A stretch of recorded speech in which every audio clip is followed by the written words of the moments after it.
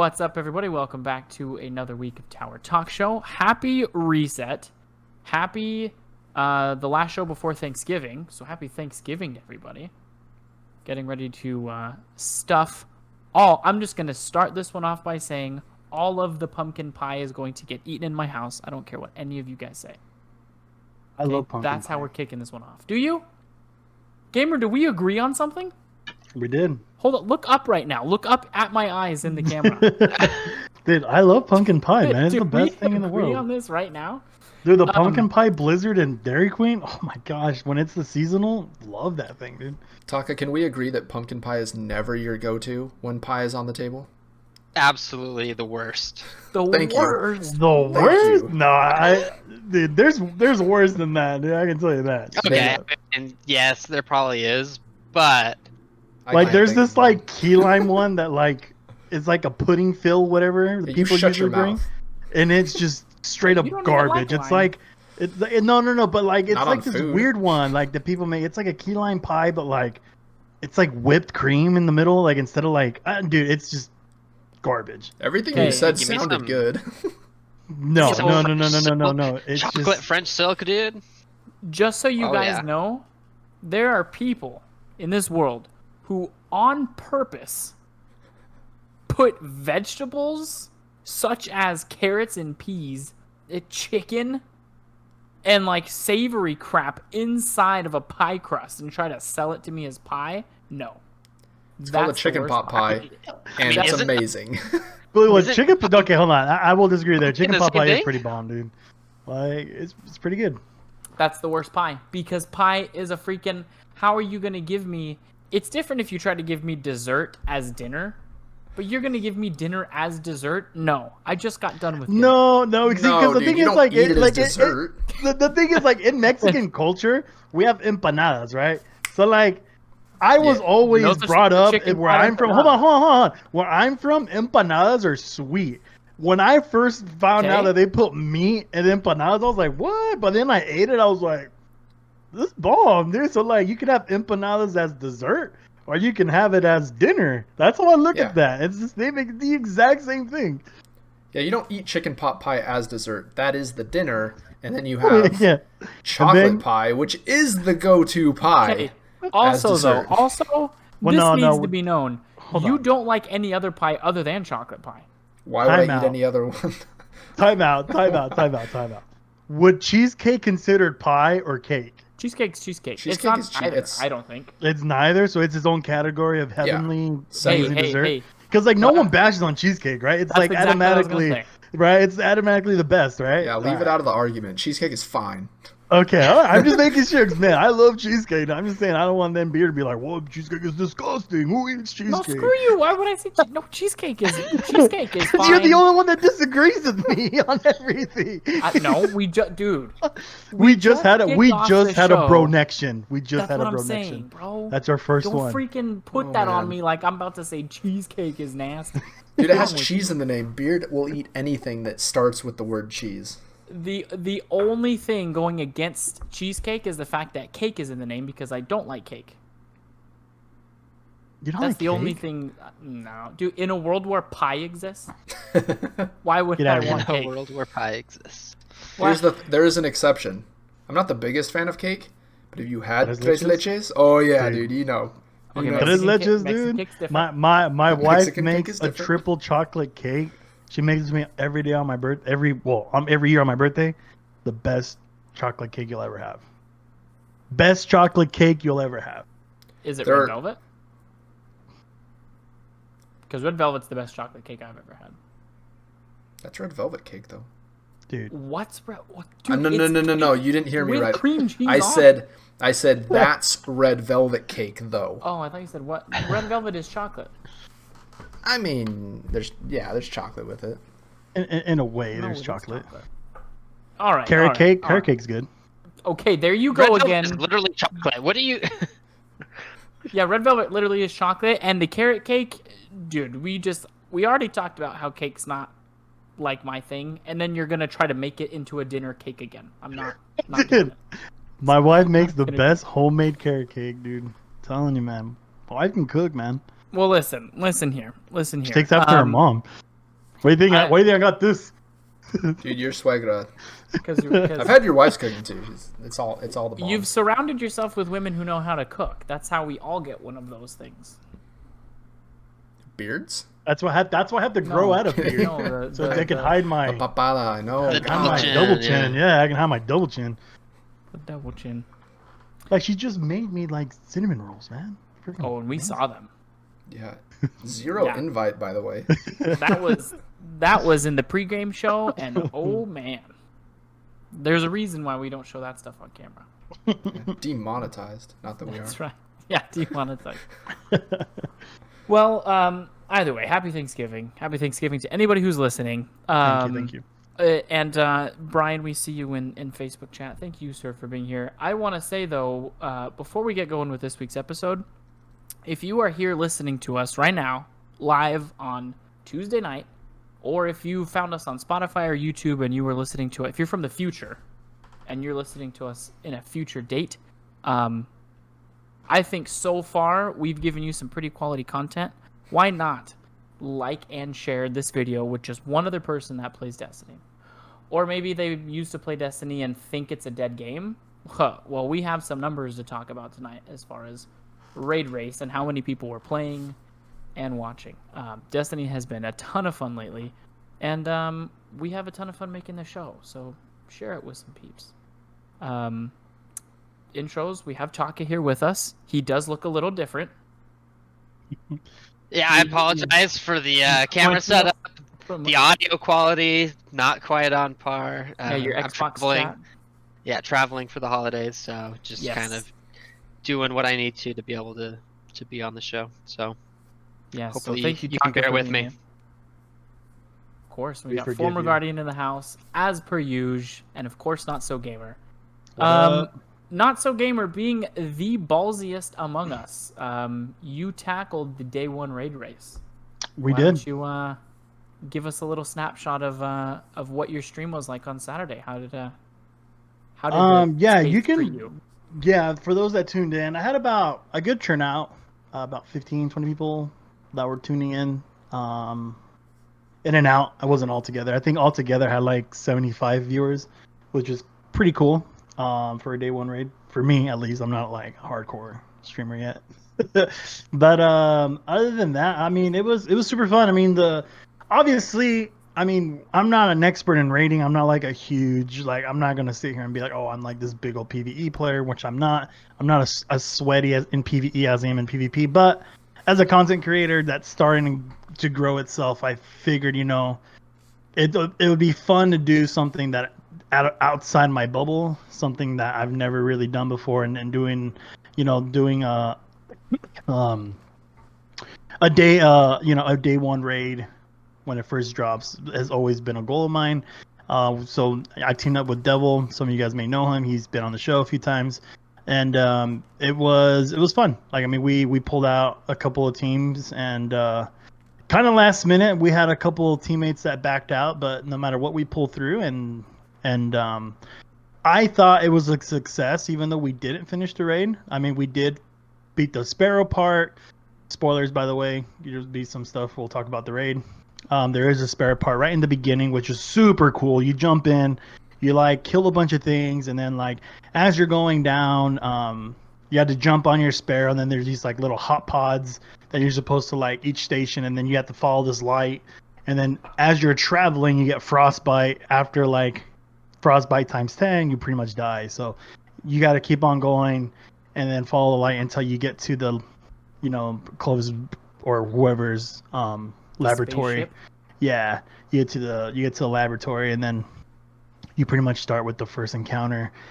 There's a little secrets there. I won't get into the details with those. Those are kind of cool stuff to find on your own. But once you're there, the first encounter, it reminded me a little bit of like a mix of like Scourge and like that very first encounter where you got this, you got to go take it over there. Like, you don't have to kill anybody, but like there's like an operator buff, and then there's a scanner buff, and the guy's supposed to tell the operator like where to go, where to shoot.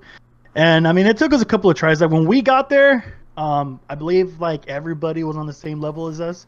So like, Glad's team, Dado's team, we were all pretty much in the same part.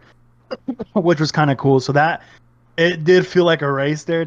Everybody's like every team's looking like we had. I believe most of my teammates had like Glad stream and Dado stream, and like everybody else's had like different streamers pulled up, seeing how they're doing it and what they're doing. So that's what I did like, and that's why I really wanted to do a day one raid, so that you can actually figure this crap out like as you're going. And I think Literally that is so cool. Done it.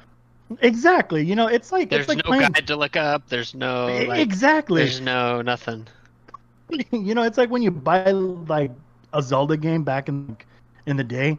You had nobody to tell you how to beat those dungeons. You just had to learn it on your own. Some of them took a while, and then, you know, that's kind of how I felt like. You know, there's like I said, there's no guides, there's nothing. You're literally just trying to go off what other people are saying. And for me, that was kind of cool. And for half the team being under level, for us beating that first encounter was a huge win for us. It was really cool. It's on my Twitter. You guys can go check that video out where we beat that first encounter. We were all really excited. After it took us, I think, 4 hours to beat the first encounter.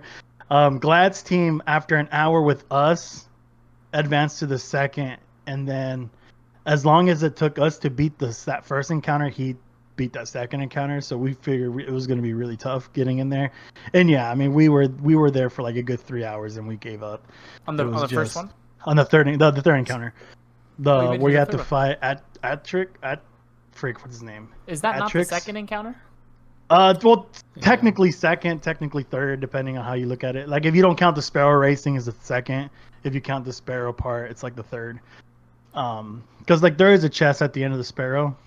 You just have to find it, and then there's a secret loot where, well, there's a triumph actually, not a really secret loot. Like if all 6 of you guys take like the pikes all the way through it, you get a Sparrow at the end. You get an exotic Sparrow, which is pretty cool. But outside of that, I mean, we gave up with that guy because that guy was a dick. He was terrible, and there was like no way to beat him because, like I said, we were all just under level. Like when the operator would fall down to pick up the buff, it's like literally right next to his nutsack. So when you try to pick it up, he just stopped mechanic you and you were just dead. Like just instantly dead. Like what was that? Why are you getting in his nuts? Like, right? He's like, dude, get out of here. But other than that, I can say for anyone who like is nervous about trying out like a day one raid, it really is fun. You know, like you don't have to make the sacrifice of spending 12 to like 24 hours to try to get an emblem. I wasn't in the intention of trying to get the emblem. I was more in the intention of like, you know what? I've never done this. I want to try this, and I'll dedicate, you know, anywhere from 5 to 6 to 8 hours. And then if we do it, we do it. If we don't, we don't. I think it's a really cool experience for people to go try. And I think this raid, we saw that. I think this raid, we saw there was a bunch of new people that are streaming now. There's a bunch of new people that wanted to try this out. And I feel like this is the first time where you see a lot more people completed it. And I think it's really cool. Nice. That's what was crazy, though, was like, because I don't know. I was working on part of Saturday, and I wasn't like at home, because if I was at home, I don't know, I might have joined your raid team or whatever. Mm-hmm. But watching, like, I was going back and forth between Glad and Dado, just because I feel like when it comes to like speedrunners, there's some other names in there, I guess, that I don't know, but those are big names. And I was watching Glad, and I was like, okay, cool. Like, I'm not sure how far in he is. Like, I didn't watch it from the beginning. And then I jump in and like I see him like his team wiping, 1, 2, 3, 4, 10 times on this boss. And then I jump over to Dado and it's like, oh, he just beat it. Like, oh, what's next? Like, this is crazy. Like, now there's like progression. Like, people are moving past that. Mm-hmm. And I was like, okay, like they've got to be close to the end. And then like after 20, 30 minutes of watching Dado, somebody on Twitter was like, oh, somebody beat it already. And I'm like, how? Dado's like still at that one encounter. Like, he hasn't beat it yet. Like, I wasn't even thinking. And then if you go back and look at like the breakdown of like which teams made it first, there's some streamers in there, but not like the big names that we know in the community. There's plenty of people that I'd never heard of before that beat like these 2, 3, 4-time world first champions. And to me, that's actually really, really cool. It's like, not just the streamers that we all know. They aren't the only people that are, good at this game. I actually think it's really cool the variety of people who have beaten Worlds First, because like, yeah, some of those are bigger names. I think Dado was one of the main content creators when D1 launched, and so he has a very large following because of that. He's just a well-known name within the community. You look at Glad and Clan Redeem, and they've won, I think, 3, if not 4. I think, is it 5? I was going to say 4. 5 raids, but you think of how many raids there's been since the start of D1 to now, and there's a handful of other people that have, won Worlds First. So as great as Clan Redeem does, and they're well known for winning, and doing very well,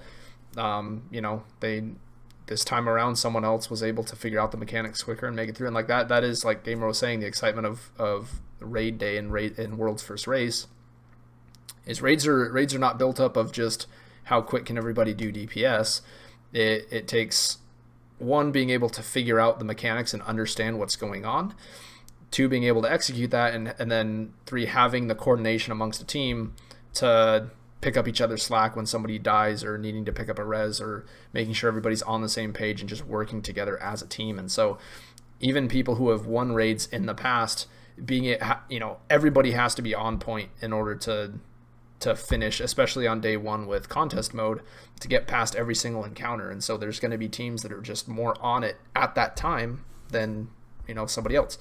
I know Glad's been doing a bunch of videos since about like 2-manning encounters and all kinds of stuff. And so crazy. Like, and that's what they live for. That's what their clan does. And so it's not surprising to see that kind of stuff, but it is cool to see that other people in the community still had a shot and still, were able to get Worlds First and stuff. So I think it's awesome. And also I would add in like light leveling. That's also a big part, like getting prepared up to those 2, like that 2 weeks you have to prepare, like makes a huge difference too, Yeah. So you prepare all this time and like get your team ready, and then like, there's a lot into it, which is a lot of build up, and I think it's exciting, it's super exciting, and like, shout out to everybody who participated in it, whether you got the emblem or not. I think it's amazing. For me, I didn't get the emblem, and I like have jitters over it. Like I can't believe I was part of that. Like I thought that's kind of cool. That's way cool. Yeah, because I mean there was I don't know if it was all consecutive, but there was over 1 million people. There's like 1.6 million people or something that play Destiny. That were watching Twitch, I think too. And like when that happened. Like a good chunk of that were people watching. I know Glad's stream at one point had like over 100,000 people watching. Yeah, Dado's got up there really high too. That's crazy. On a Saturday, right? Like, Bungie released the day 1 raid report too. And looking at the numbers though, like Gamer, you're talking about, like it's not something that everybody goes and does.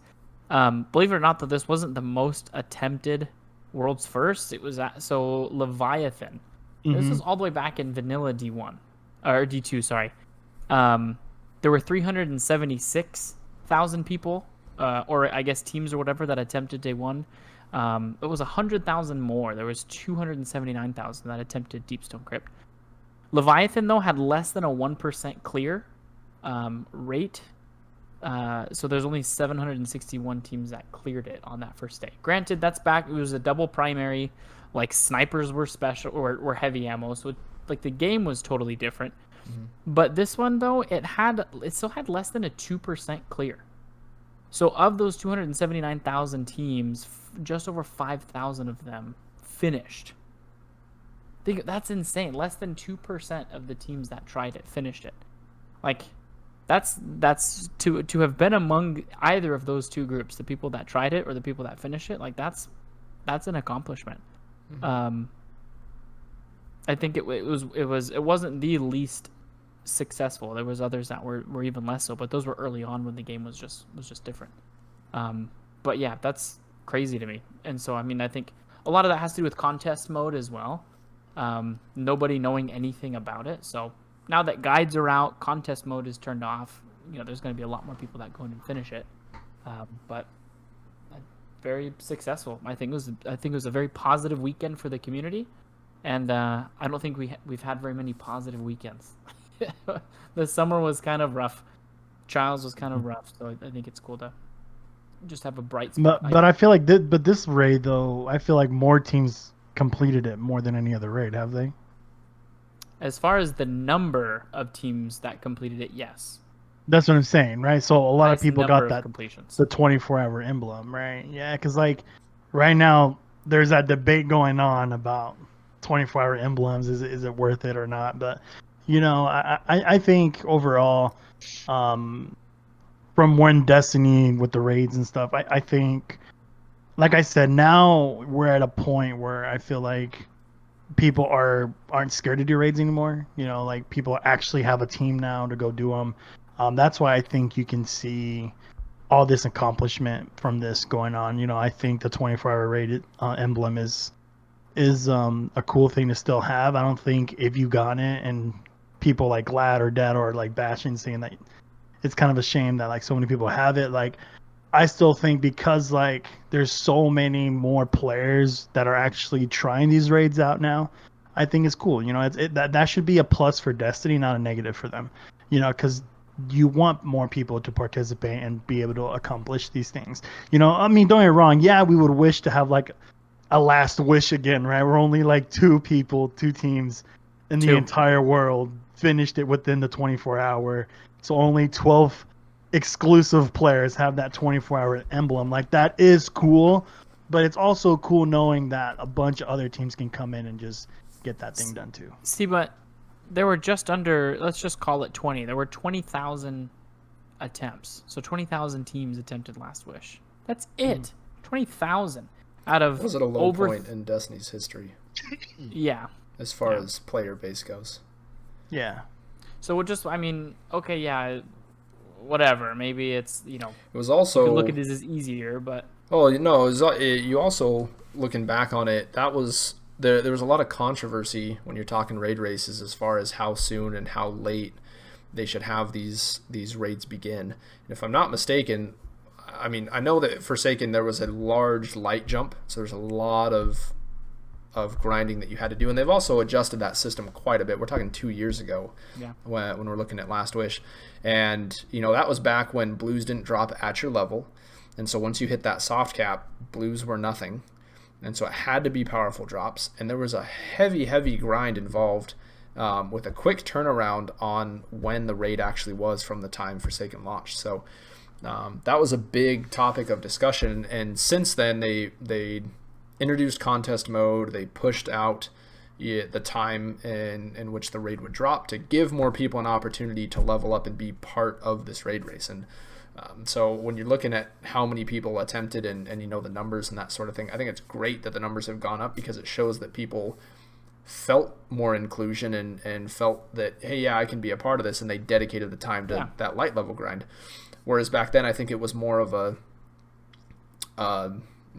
insurmountable hilltop for a lot of people. I just that's a lot of light level grind. You mean a mountain top? Way. Sure. Well, like I mean, I didn't play. This year was the first time that I ever like set foot in Last Wish. I think it's just a very low percentage. I think of Destiny players. The tough raid. 1 point whatever million that play raids because I mean, not everybody plays with a group of friends, and to be on at the same time and to get 6 people and to like know what you're doing in a raid, like raids are tough as it is. Mm-hmm. There's obviously a balance, I think, between giving those people that are top tier a challenge, but then also making it inviting enough for other people to jump into. So I don't know. I think it's positive. I think it was a good. I'm excited to jump into it, especially after Aztecross's video. With like the interstellar music and stuff, like just hopping around in space, like it looks. I'm very excited to jump into it. Which PR statement, we will be streaming our attempt as a team to go through the raid this Friday. So anybody who wants to tune in for that, it should be a ton of fun. Gamer is the only one in our group who has attempted it. So us and a couple friends will be going at it on Friday, and we'll see how we do. The goal is to get through the entire thing. Definitely forgot to mention that at the beginning. But if you're here halfway through. Yeah, so we'll be streaming it. I think we haven't worked out the details yet. I think Former, you're probably going to stream. I don't know, maybe to Twitch. I'll probably be streaming to Facebook. Yeah, Gamer, you'll be streaming to your Twitch profile as well. So you'll get half of our team's perspective. So join us at Friday. Start time? I don't know. Should we pin ourselves down to a start time? 9-ish probably. I mean, streams will be live 9 p.m. Arizona time, just like the standard podcast. Whether or not we will be loading into the raid right at that time will depend on some of our other teammates and making sure we're all grouped up together. Yeah. But definitely tune in. If we're not doing that, probably be some private Crucible matches or something else that's entertaining to watch, since we're a bit of an interesting group when we all get together and play PvP. So it's fun. Yeah. Depending on how that goes, we might look into doing it a little bit more often, streaming, whatever we're doing, private matches or getting steamrolled in trials, because that's coming back on Friday, if you didn't know. Now that Stasis has been balanced. You like that transition? Yeah, seriously. Now that Stasis has been balanced, I've heard some whispers in the dark recesses of the community that cheaters are still alive and well. I haven't noticed them nearly as often, so Hard I'm to tell through the ice. We'll wait till this Friday in a couple of days. Yeah, I mean, depends on if those cheaters really want the same weapons from last season, but just an adept version. So, ouch. I was just saying. Taking jabs. Just throw that in there. Taka, I don't think your poor little laptop will allow you to join in with us on Friday, but. Yeah, probably not. Plus it's just the day after Thanksgiving. We'll probably have some family stuff going on, plans. I actually hope that you are still out cold from a food coma, because you're on vacation. You're not at home. You're hanging out with family, and it's Thanksgiving. So yeah, diet doesn't start till Monday in January. Diet doesn't start till January. Yeah, like in January. Yeah, it doesn't start till the day after Dia de los Reyes Magos. Yeah. January 6th? Yeah. Well, the Monday after January 6th. Yeah, the Monday after that.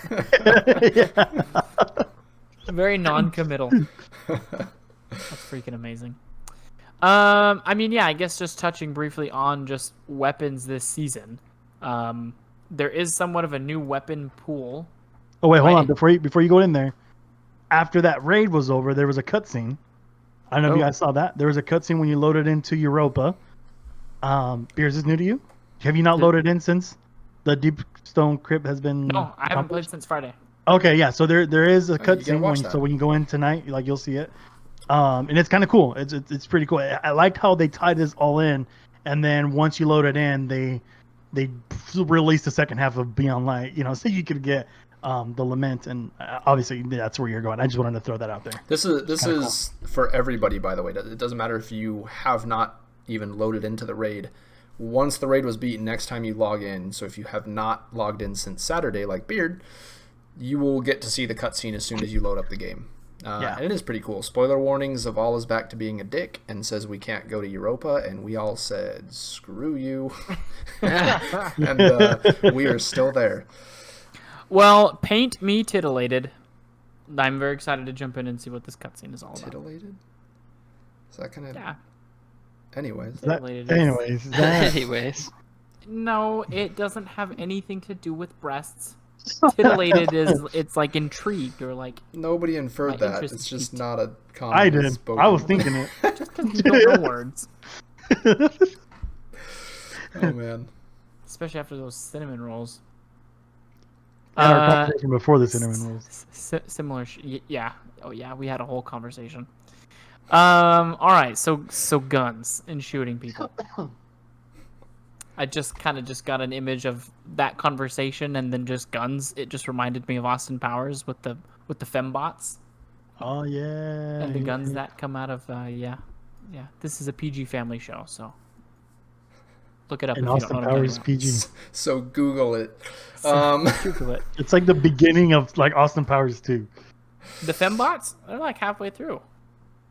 No, what? Hold on. What? Hold on. On the first one or the second one? I think it's the first one. I don't remember. It's been a couple Okay, years. but the second one, when remember the bad guy turned Dr. whatever evil, turned Vanessa into like a robot. Oh, then maybe it is the second one. Yeah. Yeah, those are the fembots. Yeah. Yeah. With the gun boobs. Yeah, the gun boobs. Yep. The gun boobs. Yep. Anyways, weapons, Destiny weapons, not gun boob weapons. They're changing things up. So basically, previous seasons. So the season that is most proximate to being sunset, you won't be getting those drops anymore. So season of the Dawn weapons shouldn't be having those drop for you. Like Last Hope. Yeah. Millions so of Last Hopes you've been getting. And... you have a ton of perfectly rolled Last Hopes. Yeah, I do. And then on top of that, the previous seasons, or like within 2 seasons ago, all of the weapons that you can farm are added into the loot pool now from world drops, engrams. So I believe it was Season of the Worthy and Season of Arrivals. They brought those back. So the 7th Seraph weapons are in the world loot pool, which means we can get the freaking sidearm, baby. Yep, yeah. I'm excited for that, dude. I need the freaking sidearm. And the shotgun. The shotgun's pretty solid. Too.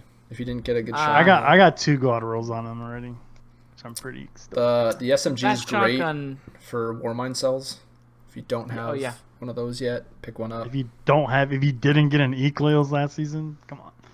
Ecleos, what's that? Ecleos SMG? Oh, the Ikelos.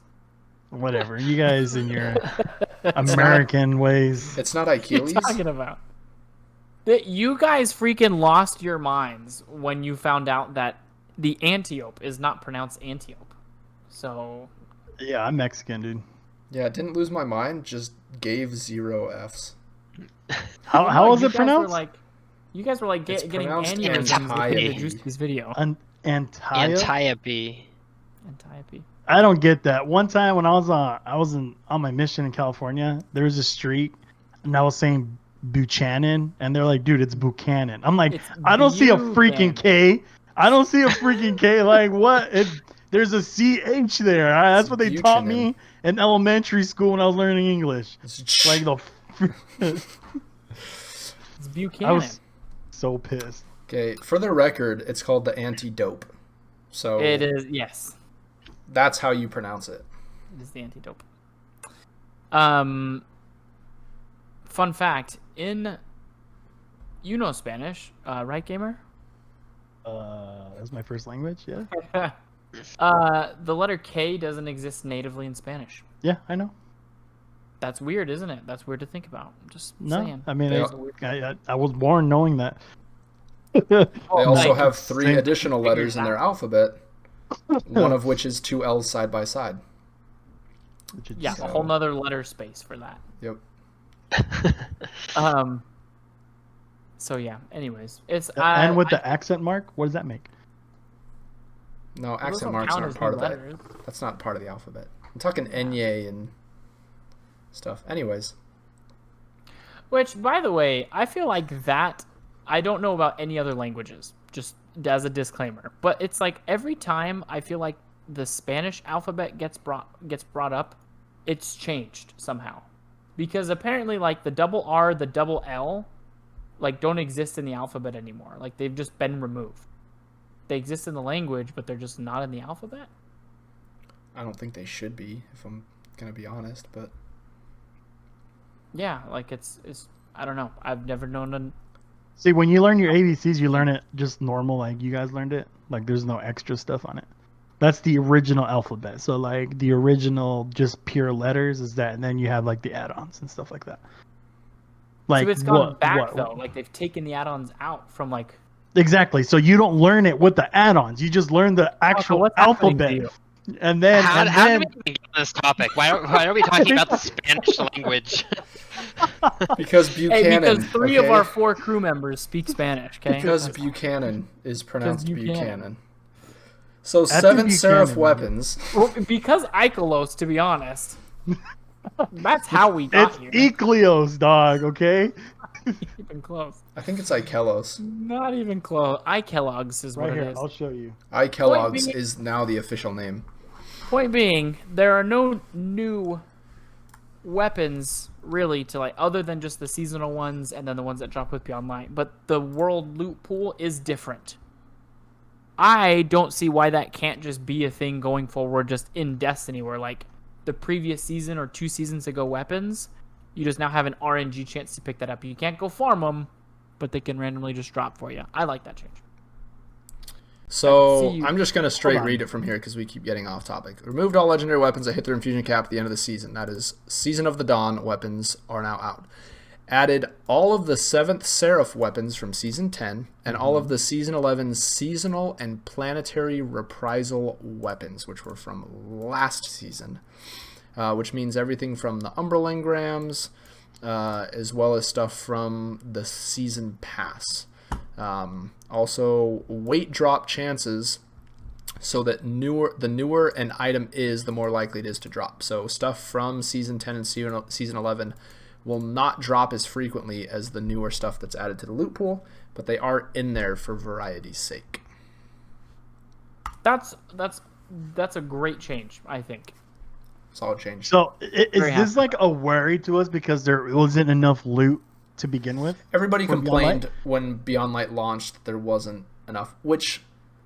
Well, and people were complaining that they're getting things, that is just going to get sunset at the end of the season. Yeah. And it's like, well, I don't want to get up all these weapons that are just going to get sunset, or all these armor pieces, that are just going to get sunset in a couple months or whatever. Or you even think in a couple months, right before the new season drops, you're still getting stuff that's going to be sunset in like a week. And it's like, well, I don't want that crap. I want newer stuff. I want stuff that's going to last me longer that I can take further on into the game. And so I think that's a really good change. Yeah, super valid argument. I do think people jumped the gun because it was a week after Beyond Light dropped that the season technically started, and we've got the whole hangout with Crow, and he has his own set of weapons and armor and stuff that go along with that activity. So, that adds some additional loot on top of it. But I do think it's great that they're taking out the Season of Dawn stuff because it really is just irrelevant. As far as light level goes, and some of that stuff like the 7th Seraph weapons, some of those you could only get through bounties, and they weren't necessarily like easy or like stuff that you would go out of your way to farm in most cases, like the sidearm. And the sidearm, for example, is one of the few lightweight frame sidearms in the energy slot that are even relevant right now power level wise, and now we have an opportunity to get some more of them. So I think it's a cool change. You're not going to see those drop very often, but when they do, it's a chance to get something unique and play with a different weapon. So, yeah, I just love it. Like, I farmed tons and tons and tons of Cold Denials, and somehow I still didn't end up with the role that I want. And one night, Taka was like, "Oh, you mean this role?" He did do that. We were all present. Yeah. You named off the exact 4 perks you wanted, and he's like, "I'll have one of those." Yeah, it's all right. I like this one. In my god rolls, I don't use half of them. They just sit in my vault. But like, I just keep them to bring out like, oh, you have a dire promise and you want these rolls on it? Oh, I got one of those. Like this? Oh, by the way, did I mention that last week that I finally got the roll I was looking for, dire promise, and now it's like trash? Swashbuck? No, it was high cal opening shot rangefinder. And what's wrong with that? I wanted that last season, not now. When it was... when it was a 150. Because it's old-fashioned, bro. 140s or because something? old-fashioned's like way better than dire promise, in my opinion. Perk-wise. Has a few less shots in the mag, which is a little annoying, but... Yeah, I don't know. I just think it's cool that, like, I got to sit there, or, Taka got to sit there at the slot machine with our Umbral engrams and, like, chase the exact one that we wanted. But it's not impossible to go and get now. Like, if you just didn't play last season, or you didn't know that the Cold Denial is literally, like, sleeper meta. Like, freaking aggressive frame pulses or high impact pulses are amazing. I mean, they've only released, like, 20 of them now. But, so, I mean, like, I feel like just pulses in general are doing good. Like, I pulled out my Sacred Providence with, like, Outlaw Kill Clip. Kid, I was clapping butt cheeks with it, dude. It was... I mean, pulse rifle in general. I guess what I was talking about last week is that I feel like to take Stasis out of this topic on Beyond Light, I mean, just where the sandbox is sitting this season, feels very, very good. And Taka just left us. We just lost TheTaka. Oh, he's back. Oh, he's back. I switched boxes. This is gonna throw everything off. That's his camera's not on. Give him a second. Oh, there he is. There he is. You're muted. Oh, we can't hear you. Sorry, There you go. Yeah, internet problems, I guess. I don't know. Discord just like closed and reopened. That was really weird. Nice. That's funny. Discord's like, you're not using this, are you? As I was saying, I feel like the sandbox feels good. You know what I mean? Like I feel great. like you can almost play with any weapon you want and do pretty decent. You know what I mean? It feels good. Like I think I took in a bow and a hand cannon in comp, and I did good. Like it's crazy. Like I love where the sandbox is now. I feel like, yeah, maybe the shotgun thing is ridiculous. I do feel like there's way more shotguns than usual. But I mean, outside of that, I mean, there really isn't, for me at least, there really isn't a huge complaint on like, this is the most annoying gun you see. I mean, it's not like previous seasons where like everyone's complaining about Beloved, annoying Hunger. Like, I feel like there's just so many things going on where like you can literally play PvP and it's just fun right now. I would actually say, in my personal opinion, this is the most balanced a sandbox has ever been in the history of Destiny. Yeah. In my opinion. Even with Stasis, but that aside, just gunplay, time to kills, the level of balance even across special weapons. I feel like the changes that were done to snipers did feel like they had an impact. And people who do use them, like I feel a bit better challenging a sniper than I did before. Yeah. All around, just everything feels great. Everything feels like it can compete. Auto rifles, scout rifles, I haven't used the scout rifle, but auto rifles, pulse rifles, hand cannons, I get killed by all of them all the time. Sidearms as great as ever. Nothing changed on them, and so they're still great within their intended range.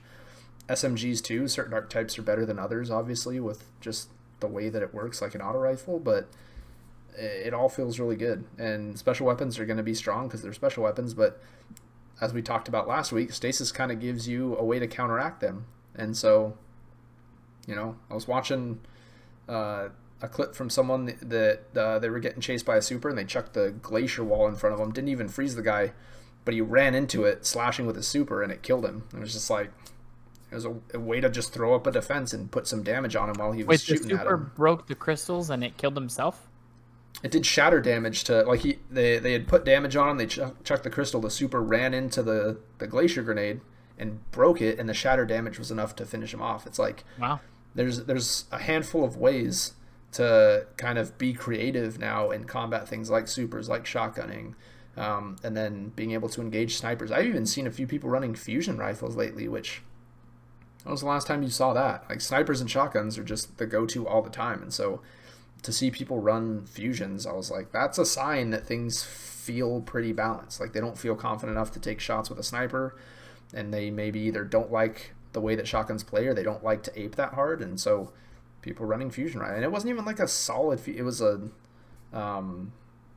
what's the old Vanguard one from year one? The main ingredient.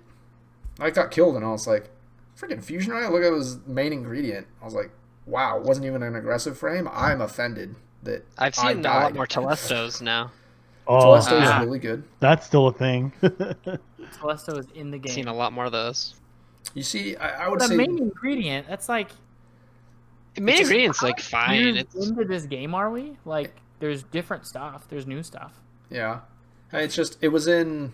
I think they brought it Season forward, and Rivals. it was in. Last season they brought it back. Yeah, but it was also in the menagerie. There were a couple weapons that they got brought forward.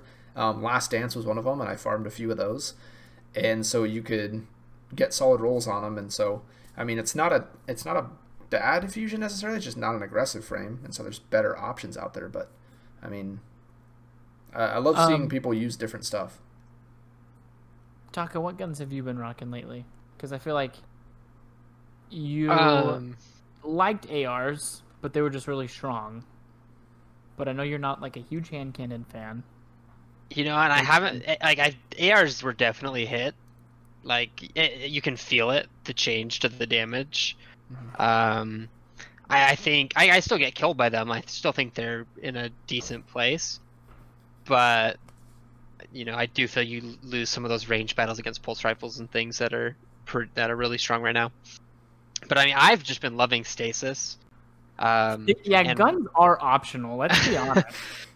But as we've talked about before, your Stasis grenades and melees and everything, they have longer cooldowns than your other subclasses, and so I've been rocking Traveler's Chosen a lot for you have them, right. To refund the cooldowns on your abilities because it lets me use those more often. And I've actually been running my Ikelos sniper or my 7th Seraph shotgun. Ikelos. And if I'm in a really bad mood, I'll pull my Aerontil back out. It's sunset, but hey, I'll pull it on control and stuff and tilt some people. I mean, but that's what I've been running for the most part. My Traveler's Chosen. I've pulled out No Time to Explain and used that. Thorn, good. Last Word, hand cannons are really good right now. Don't you also have the role that I want on the Stars and Shadows? I don't think so. I don't think I have any very good Stars and Shadows. Okay, cool.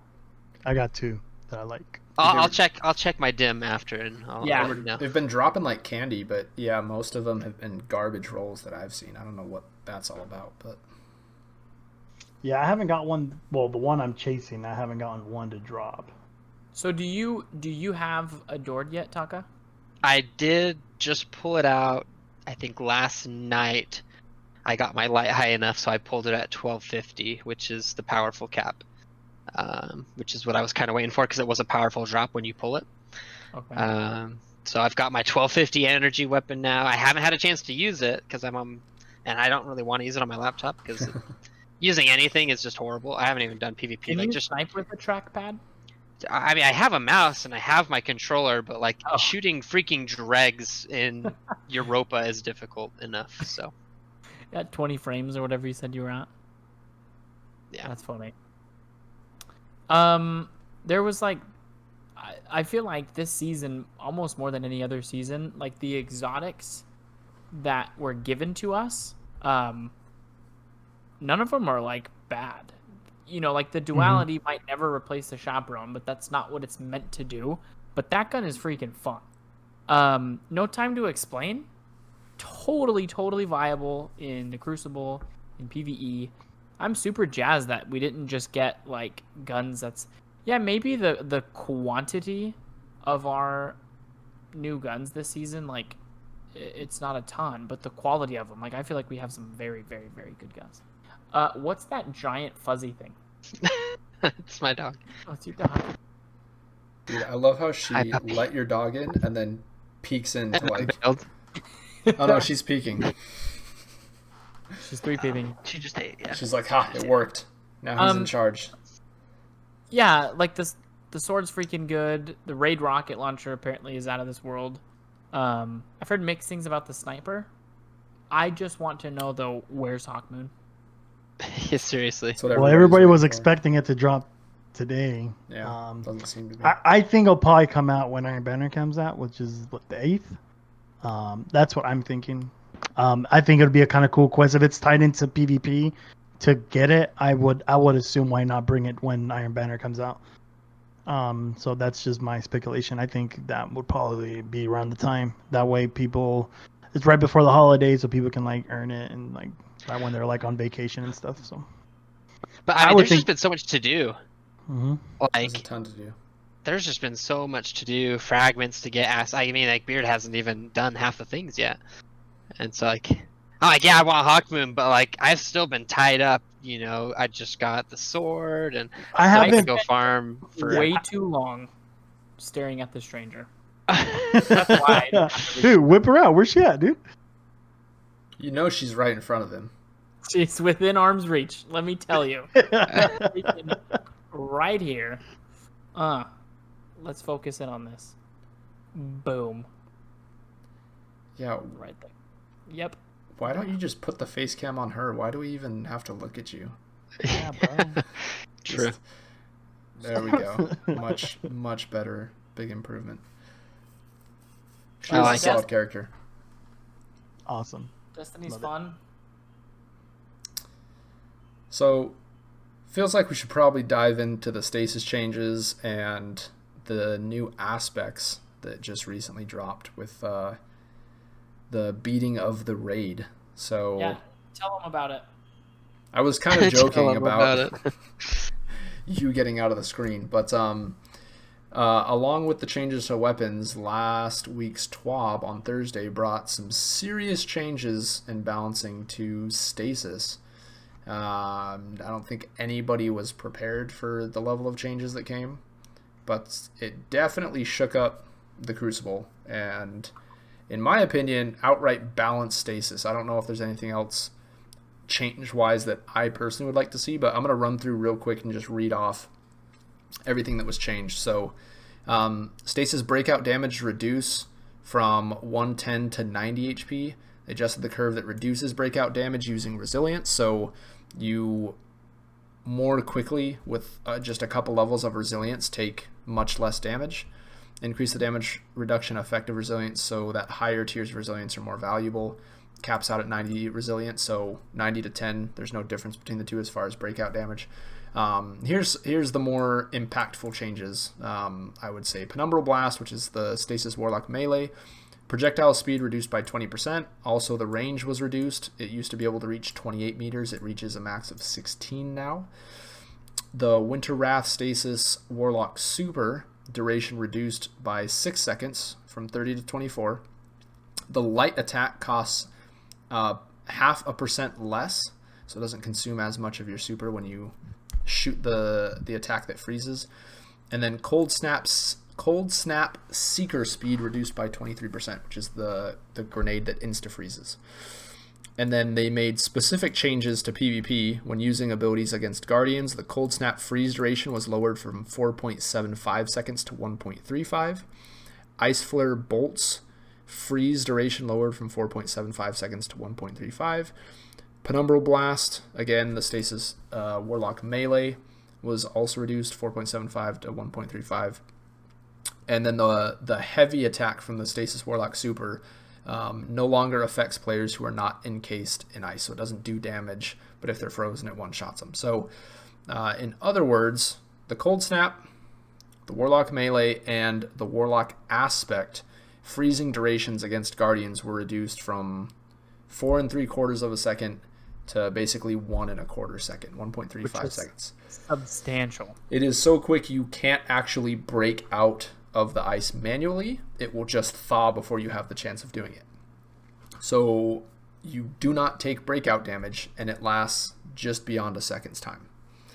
And it is completely shaken up the Crucible as far as my experience goes. Cold Snap is no longer the go-to insta-pick grenade for most people. Is it even really viable anymore? It is, but it's still good. You just have to capitalize on when they get frozen. You don't have time to freeze them, run up, emote, pull out your shotgun, or as a hunter, freeze them, run up, jump in the air, and slam. Like, if you're gonna do that, you kind of have to be in the air when you chuck the grenade to freeze them.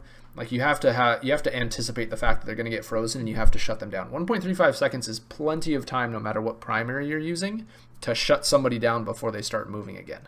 So it's definitely still a good grenade, but I see a lot of people using Dustfield now. You can also go the route of the Glacier for being able to throw them against the wall, stand on top of them, get different angles on people, just barricade up a wall or a hallway so you can't get shot at. You can use the, shattering it to do damage. I was going to say, we jumped into survival, and I don't think we did 3v3, but, how often did we, double up on grenades? Like, an enemy would throw one and we would throw one, and then we would just slam on it and get kills with people that were just standing on the other side of their own grenade. Yeah, the shadow damage is real, and so the change to Cold Snap just opened up the doors for options, in my opinion. The other grenades were good to begin with. Cold Snap was just the easy go-to. It traveled so fast and froze instantly for almost a full 5 seconds. It was almost a no-brainer in a Crucible setting to use it. And so between that and the Warlock melee, which were the two easiest ways to freeze an enemy, being kind of brought down, it opens the way to, looking into slowing enemies more often with either your shuriken and the grenade combo, or just any other class that isn't the hunter using the slowing effect of the Dustfield grenade, using walls again strategically or defensively or offensively. And I think it really helps Stasis shine as a class, because you're looking into how can I utilize the utility that I have versus just freeze somebody and kill them. And that was what Stasis was. That's why everyone was so upset about it when it first launched. It just seemed so easy to freeze enemies. And then you have something like the Whisper of Hedron's fragment that gives you a 25% damage buff on top of that. That's still very strong, but it's a lot harder to freeze people than it was just last week. And so that in and of itself brings balance to it. So I've thoroughly been enjoying the Crucible since these changes have happened. And I feel like the changes that they made to these abilities specifically weren't serious enough to say that they're not viable, because they still are, and they're, again, still the easiest ways to freeze an enemy. But you just have to know that if you're going to freeze them with those abilities, you need to capitalize on it in that moment. You can't freeze them, turn and kill somebody else, and then turn back and clean the guy up or something, you know? It just requires you to be a bit more tactful with engaging them. So if you're coming into this late, though, something to understand is that Stasis launched on Tuesday. By Thursday, Bungie rolled out a sandbox adjustment that had delineations between PvE and PvP, and highlighted very specific problem areas, and wasn't just like, oh, we have like a couple things that are broken, let's just nerf everything, including hunters and fusion rivals. It was like very much targeted at stuff that was a problem on a Thursday. It was a week and a half after. Yeah, it wasn't the It was a week. Thursday. It was a week and a half. Yeah. That's right. Okay, so we get. Okay, so fine. it was Tuesday, following week, Thursday. Less than a week and a half. We know that this is an issue. Next season, we got lots planned for you. Like, it was swift. I think that was refreshing. It didn't just incorporate the subclass. And they said that will not be the only change to Stasis we see this season. So we can also expect, maybe in a few weeks or whatever, a month or month and a half, who knows, they'll take another pass and maybe make some more adjustments to things. Are they going to look at this freaking fragment and aspect thing? Because I hope so. Yeah, let's talk about that. Let's end on a buff hunter note. Because that's what this is going to amount to. Or nerf everybody else. Let's start with the hunter. Like, let's start with the exotic first, if I can, because I was pretty upset that Ice Mantle, that's in the effing name, Ice Mantle, can be used and on a Sunbreaker. Yeah, on a Sunbreaker, and it still will do this ice explosion. Why? I don't get that. The description says it covers his body in stasis for the overshield. Mm-hmm. And Bakriz is tied to my stasis. Why? It says, that part, I don't get that at all. I really don't. I don't know why I can't use that in all my other subclass. Like, I just got Bakriz last night. I do like it. I want to love it, but I don't, because it's only tied to stasis. Not that stasis isn't a fun class or anything, but like, I would have really loved to use it into like my Spectral Blade build, or like my top tree, right? Where the three shooter, right? Build with my gunslinger. Like, it would have been way teleport and come out of the teleport invisible. Yeah, exactly. Pop your super, teleport behind everybody, and then pop a Goldie. Like, that would be so sick. But like right away, let's just start with that. Like, I don't understand how that ever became a thing. I'm here to tell you though, gamer, your concerns are only going to get worse. No, I know. I know. Let's start there, because it doesn't make sense to me. Yeah. Not only is that a problem, but for some reason, just arbitrarily, they're like, hey, cool, all those really awesome aspects and fragments that everybody's like scrambling to unlock and figure out what they are, hunters, you just get to use less of them. Mm-hmm. Why is that a thing? I mean, it was the thing for Titans for the first like week and a half. Yeah, they got shafted this first week. Yeah, I know.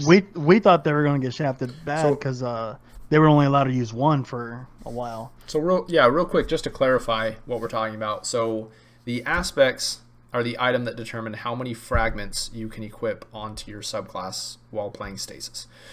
Up until the raid was completed, there was only one aspect per class, and the Warlock allowed you to slot 3 fragments, the Hunter allowed you to slot 2, and the Titan allowed you to slot 1. Which sucked for the Titan, made no sense that the Warlock was the strongest class and got to use more fragments than everybody. But upon completing the raid, as soon as the first group completed the raid, it was then open. There was a quest everybody can go pick up as of now to get your second fragment on whatever class you're playing. Aspect, sorry. Your second aspect. And the Warlock aspect allows you to slot an additional fragment. So you can now have a max of 4 fragments equipped to your subclass.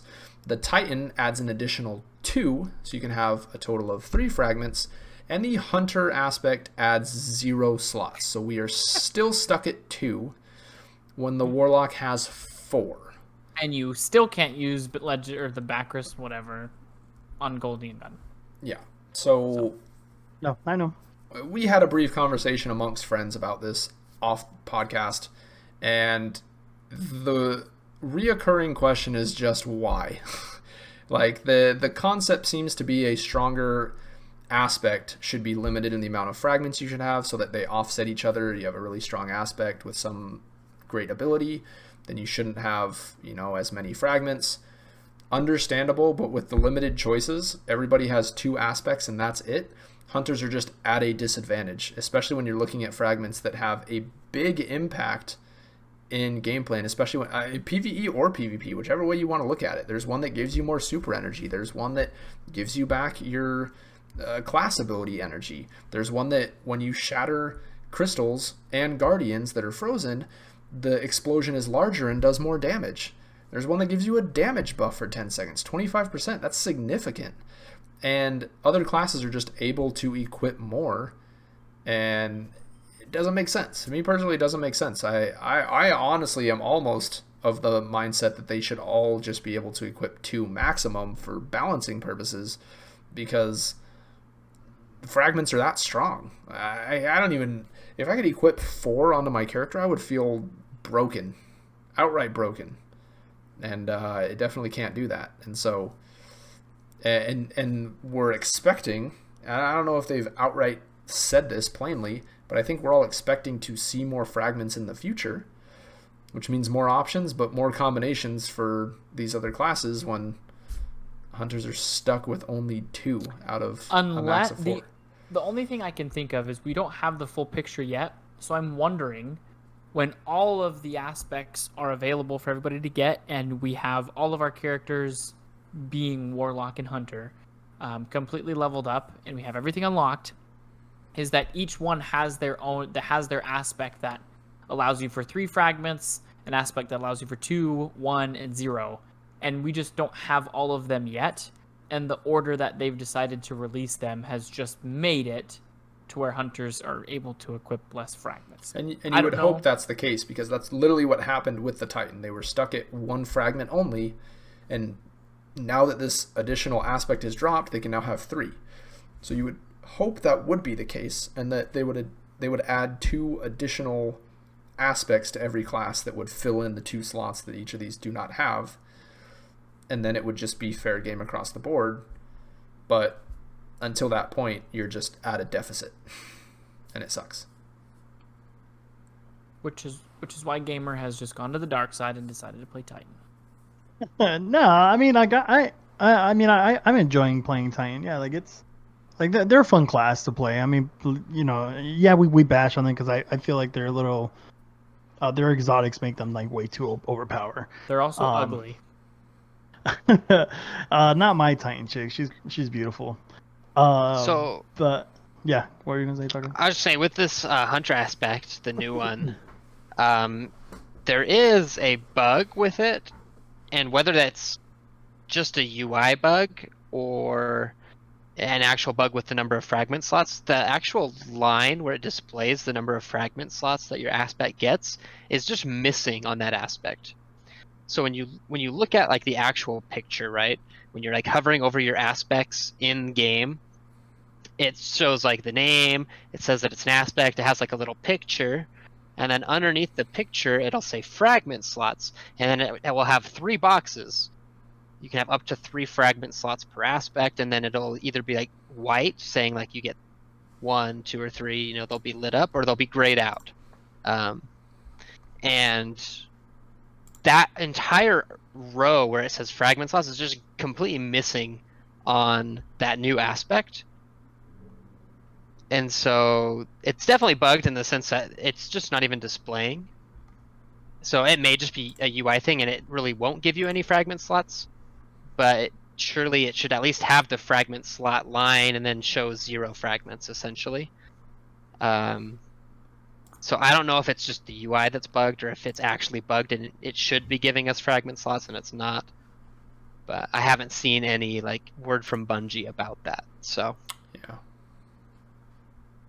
So we'll see. Well, I would hope so. But I would imagine with more aspects coming out, hopefully in the future, having fragment slots associated with the aspects, I think, is fine. It's just bad right now, and you can have 2 aspects on your character, and there's only 2 aspects to put. There's no choices that need to be made, and so you're just at an advantage or a disadvantage based upon what Bungie has given us. You know, there's no choices, and that's kind of just feels bad. Until everything is fleshed out and we know. Yeah. And you know what? By next year, like, maybe we'll have like 6 fragments or aspects, to choose from. And now there's all these crazy combinations and things. And, you know, maybe I really like these fragments. And so I'm going to use these other aspects because they let me have more of the fragments. Like, that's the way you want to play. Cool. Go for that. Or, hey, this aspect has a really powerful ability, but it doesn't give me any fragment slots. Well, I might value that ability more. And so I'm going to pick that one. And, like, those are the kind of choices in the power balance. I kind of like that in the game, that there's a trade-off, you know. And so I hope that gets fleshed out more. I hope more things get added to where we have those meaningful choices to kind of make and play the way we want to play. Yeah, I would agree with that 100%. It just sucks that we're in a point where we don't have that level of variety. And so we're stuck just, if you're playing Hunter, in my opinion, you're at a disadvantage, because I think the fragments make a big difference in how you play the Stasis subclass. And what's funny is add more just gives you more variety.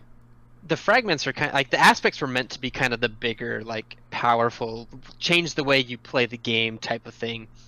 And the fragments, I felt like were meant to be more like small little buffs and bonuses and things, like here passive, to kind of adjust things. Yeah. But like the fragments are pretty cracked. You know, you've got the hedrons. You freeze somebody, you have 10 seconds where your weapons do 30% bonus damage. 25, like that's 25% bonus damage. Yeah. That's like huge. Like you can one-shot people in the head with bows. Like it is crazy. And that's just a fragment that anybody can put on. And I like the idea, because you think about, you take any other subclass, let's take, I don't know, Arcstrider on a Hunter, right? And you have 3 different nodes, and they're all known for different things, right? The top node is known as the one that nobody plays. The middle one is known as the one that can deflect the supers, and the bottom one that's the good one, right? But it's all for different reasons. And so the aspects and the fragments was meant to kind of give you the option to pick from all of these different abilities. And once we have everything in front of us, then it's like, okay, I have, ideally, right? That's what you're saying is, okay, now I have that many options, but I can pick and choose what I want to slot in. Sometimes at the cost of, I'm going to go with a really, really strong ability, but it's going to come at the cost of, I don't get to have any of those passive bonuses or anything like that. Like, give us 4 more aspects and give us like 4 more fragments that all do really cool and unique things. And like, I feel like I think Hedrons, like right now, is kind of mandatory. Like it's super, super good. But like, I feel like a lot of people, like, you can make builds right now. Like we've been talking about some things, and you know, the Glacier Nade, and there's the fragment that lets your Glacier explosions, you know, have a wider range and do more damage or whatever. Like there's some really cool builds and ways that adding these things can change the way that you play. Yeah. Ending on a positive note, I will say kudos to Bungie for the ideas between the aspects and specifically the fragments. Because the complaint going into this was everyone was saying, oh, well, in D1, you had your go-to nodes, and you never varied off of them. If you were Solar Warlock, it was the freaking Viking Funeral and the Firebolt Grenade. And yeah, it was just, that's your go-to. It's just the best one. And I would argue that the fragments, the level of variety in the fragments is enough to cause you to have to make a choice. The first fragment I chose was Hedrons because everyone's like, this thing's busted, 25% damage buff, it's disgusting, you absolutely need it. Well, with the changes they made last week, freezing isn't as easy. And in my personal playstyle, I use a bow and I use usually a sidearm, sometimes a hand cannon or an SMG. And for me personally, that damage buff doesn't change a lot for me because it can give you the potential to one-shot with a bow if they have like 3 or lower resilience, 2 or 3 or lower. So anybody who's beyond that, you will not, it does like 189, I think, to the head. Usually you have more than that on accident. Exactly. And so it's not something that you can rely on when I'm shooting my bow, and I'm not always within close enough range for it to mean much with my sidearm. And so just recently I switched over to using the Shattering Crystals helps get your grenade back faster, and the Shattering Crystals has a larger explosion, does more damage. And for my playstyle, it made a world of difference. I swapped grenades to the Glacier. I can keep my grenade up more often, and it's way more effective. And so while the entire world is talking about Hedrons as the go-to, it was not the go-to for me. And with the new aspect where dodging as a hunter slows people down, you can couple that with the slowing lasts longer, and killing somebody who's slowed gives you your ability back, which allows you to dodge and slow somebody again. And so like there's this synergy that you can play with. Yeah, that's one I use. That you can build off of. But if someone is wanting to run Hedrons, like you can't run those other two coupled together, at least right now on Hunter. And so there's definitely a reason to choose, and I think that at the core is the reason why I personally am upset at the fact that a Warlock can use 4, because it takes the choice out of it. It's like, oh, just give me all of them. Yeah, just give me all the goodness. So what's the other Warlock aspect? Not the freeze is one when with they the drop the rift. Not that. What's the other one? When you kill a frozen enemy, or when you shatter them, not kill them. When you shatter a frozen enemy, it drops a cold snap on the ground. Oh, that was their aspect? Yeah, it'll change to the next person, and then it'll change to the next person, and I mean that's good. Yeah. That's wicked cool. We don't care about the Titans. I won't ask about them. Wicked cool. Like that's they slide. Fun. That's interesting. That's all. They slide. They slide super fast, and that one is super cool. Especially cool. When you like freeze someone, you can slide and kill them. Yeah, which is freaking nuts, dude. I like that. That's in the same way that as a hunter you can drop a Glacier grenade and slam on the ground, Titan can do the same thing sliding into it. And so they can use the same combo I was just talking about, where they can check the Glacier and then slide into it. They don't have to jump up in the air. So it's just a different way of doing it, but still just as effective. And so I think there's a lot of ways to play around with these fragments. And so this is what I was getting at, is once we do have more of them to pick from, I actually really like kind of this slower drip of like Bungie's going to release at certain intervals new things in the game, because it kind of gives us time to like, oh, here's this one new thing for, my main subclass. We all have our favorite or our main class. I'm going to use this. I'm going to come up with a build. I'm going to kind of get used to it. And then it's like, well, now here's another option. Yeah. Well, it's like, well, cool. Now that opens up a whole different list of other exotics that I might want to pair with it. Who knows what the next, fingers crossed, right? If how many more there are, but the next couple of aspects that come out, like there might be a reason to go and use, like, I haven't been a Gemini Jester fan for the longest time, but if my dodge can now disorient and slow people, like you get slowed and you don't have your radar anymore and your screen goes all wonky, like that could be really cool. Yeah. Well, here's what I'm worried about. When I unlocked the second aspect, I unlocked a triumph, and it was like, congratulations, you unlocked the hunter aspects. No way. And I got my triumph points. And so, I don't, that's not necessarily guaranteed, but that makes me worried that there's only going to be these 2 aspects, at least for the foreseeable future, maybe for this season. I don't expect to get another aspect this season. Maybe next season they come out with more. An aspect? No. I think they should come out with more. I think there should be at least 1 or 2 more this season. I just don't know if there will be, based upon the things that like data miners have found. They haven't found any more aspects. They found the ones that just unlocked earlier, so we knew they were coming. They haven't found any more. Doesn't necessarily mean there won't be more. Yeah, but Light GG doesn't have the freaking raid weapons. Light GG doesn't have a lot of stuff. Yeah. I mean, I didn't expect to see more than 2 aspects, quite honestly, this season. I'd love to see them roll out with more. But that's the reason when these dropped and we realized that hunters don't get any additional slots for fragments. It was like, for reals? Because that's I think for sure we'll see more. I think you have to. Bungie has to give us one. Yeah, because otherwise there wouldn't be slots. I just don't think they're going to be anytime soon. Yeah. Yeah, why would you have slots to pick and choose if there were only ever going to be 2 released? It would have auto-slotted in. But I can choose which one goes in slot 1 and which one goes in slot 2. Like, there's functionality. There's a reason to go pick those. There has to be additional ones coming. But I didn't expect to get them this season, personally. So what you guys are saying is I should really go unlock these fragment things. Yeah, you should. Dude, you're so behind, bro. Yeah. Are you even raid ready, dude? Can you even do the raid? Let me tell you, I can get my hunter up to, with my artifact, 1220. Oh, okay. All right, you're good. Yeah, so take it. I mean, we're going to be carrying you, but, you know. Yeah, I mean, you'll be tickling the enemies, but... You won't weigh that much in my backpack, is what we're saying. All right, well, freaking, let's go help me unlock my fragments. Let's go do that. Cool. Sounds like a plan. I'm down. I am down with that. We want to say thank you for everybody here. Thank you for joining us on Facebook and on Twitch. If you're new around here, we do this every single Tuesday at 9 Arizona. 9 AZ. Whatever time zone that happens to put you in. It's 9 AZ. We also post our show live. We post our pretty little faces on YouTube, so you can catch video and audio on YouTube, usually the day after the show. And our podcast audio, emphasis on usually, goes up on Spotify, also usually the day after. If you have listened to us, if you've liked us, follow us on social media, and let your friends know that we're just a chill group of guys.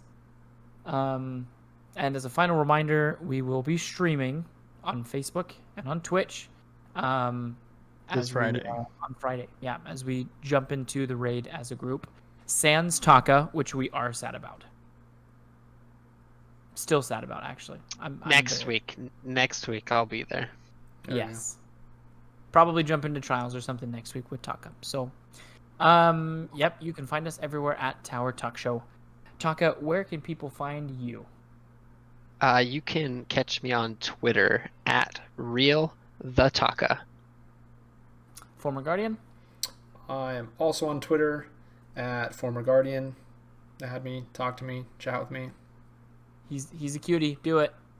And what about you, gamer? You can find me anywhere. Just look for NotSoGamer91 on Twitter, Facebook, and NotSoGamer on Twitch. You'll see me streaming 4 to 5 days a week. Destiny 2, baby. That's right. And yeah, you can find me on Twitter as well, at The Real Beard, tweeting stuff and putting little hearts on things, because that's kind of all I do on Twitter. Thank you for joining in, and we will catch all of you guys next week. Have a happy Thanksgiving. Happy Thanksgiving, yes, everyone. Happy Thanksgiving. Eat some turkey, happy Thanksgiving. And lots of pumpkin pie. Chocolate pie. Chocolate cream pie is the correct With answer. or without whipped cream, I'm not picky. Ooh. See ya. See ya.